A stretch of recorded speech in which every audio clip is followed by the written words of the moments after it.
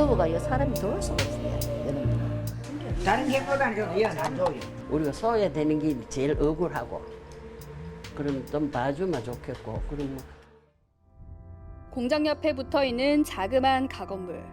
불 꺼진 방 안에 어르신들이 모여 앉아 있습니다.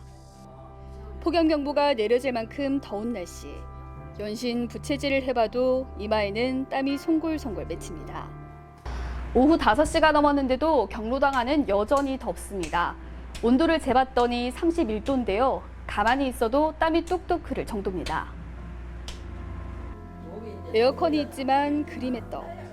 할머니들이 한 푼, 두 푼 쌈짓돈을 모아도 전기세 내기가 버겁기 때문입니다. 냉난방이 전부 우리 힘으로 하니까 겨울에도 뜨뜻하게 못 떼고 여름에도 시원하게 못 하고 될 수 있대로 뭐 견딜만 하면 더워도 추워도 다 견디고 살고 있어요.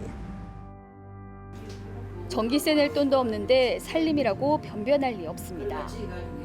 화장실은 너무 좁아 몸을 가누기 힘들 정도. 주방에 있는 냄비나 그릇도 누군가 쓰다 버린 물건들을 가져온 겁니다. 이거 다 주워가고 우리 쓴다. 이것도 줘도 그릇도 네, 그릇도. 또 다른 미등록 경로당. 이곳은 하루에 3시간만 반짝 문을 엽니다. 기증받은 에어컨이 있긴 하지만 전기세가 많이 나올까 봐 가장 더운 낮 시간에만 잠깐 모여서 에어컨을 트는 겁니다. 3시 넘어야 이제 에어컨 돌립니다. 돌리기는 오후 3시 넘어가 에어컨 돌리면 한 5시 반쯤 되면 껐다가. 어울려 쉬다 보니 어느덧 문을 닫을 시간. 어르신들은 집으로 아쉬운 걸음을 옮깁니다.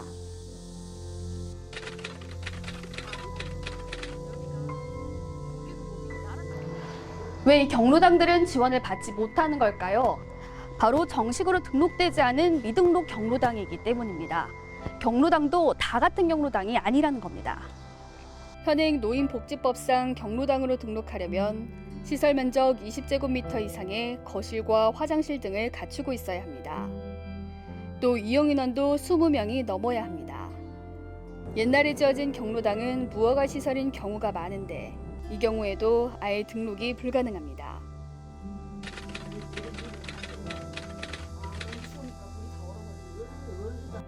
대구에는 모두 1,508개의 경로당이 있습니다. 경로당에는 냉난방비와 쌀값, 간식 등이 지원됩니다.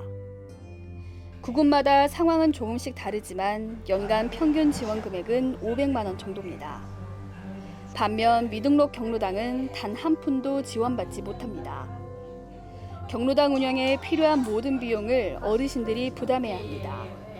어떤 지원해 줄 근거가 없습니다. 근거도 없고 그리고 이제 그 근거 없는 데서 예산을 갖다가 함부로 지원해 줄 수 없는 부분. 미등록 경로당의 환경이 열악할 수밖에 없는 이유입니다. 이런 미등록 경로당은 대구에 44곳, 경북에는 380곳이 있는 것으로 추산됩니다.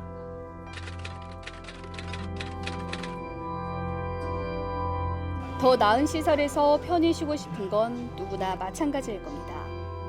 문제는 찾아가기가 쉽지 않다는 겁니다. 대구 동구의 한 미등록 경로당 앞입니다. 여기서 가장 가까운 등록 경로당까지는 800m가량을 걸어가야 하는데요. 몸이 불편한 어르신들이 폭염 속에서 이 먼 길을 가기란 사실상 쉽지 않습니다.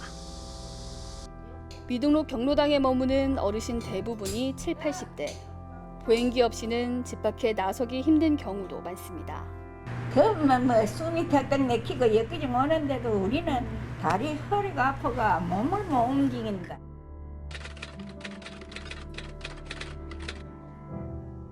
미등록 경로당을 지원할 수 있는 방법은 없는 걸까? 대구시에 물어봤습니다. 대구시는 법적 근거가 없어 정식 지원은 어렵다는 입장입니다. 대신 자원봉사자 결연이나 민간기업 후원 등을 연계하는 방안을 고려하고 있다고 답했습니다. 또 미등록 경로당을 대신할 수 있는 공설 경로당을 더 많이 짓겠다고 밝혔습니다. 공설 경로당을 확장시켜 나가야 될 그런 부분에서 매년 그 각 구에서 꼭 필요한 부분이 있으면은 예산 파트하고 협의해가지고 신설할 수 있도록 저희들 지원하고 있습니다. 근본적인 대책이긴 하지만 오랜 시간이 필요한 상황. 그 사이 최소한의 지원이라도 이루어질 수 있도록 지원 조례를 만드는 것도 하나의 방법입니다. 이미 안성시와 정선군 등 일부 지자체들은 미등록 경로당 지원 조례를 만들어서 어르신들을 돕고 있습니다. 그 워낙 많은 재정적인 돈이 필요하고 하니까 그런 부분은 시간적인 것도 많이 필요하고 그런 상황이다 보니까 이제 급한 대로 어떤 상황이 지원될 수 있는 방안을 만들기 위해서는 조례를 좀 시급하게 만들어야 되지 않겠나.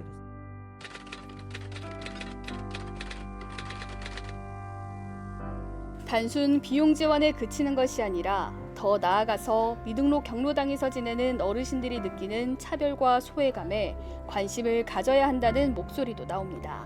정서적으로도 굉장히 소외감을 느끼고 마치 차별받는 그런 느낌을 받고 있기 때문에 좀 물리적인 환경 개선 못지않게 이 정서적으로 어떻게 좀 차별된 이런 부분들을 개선하느냐도 중요하다고 보여집니다. 복지 사각지대에 놓여 있는 미등록 경로당.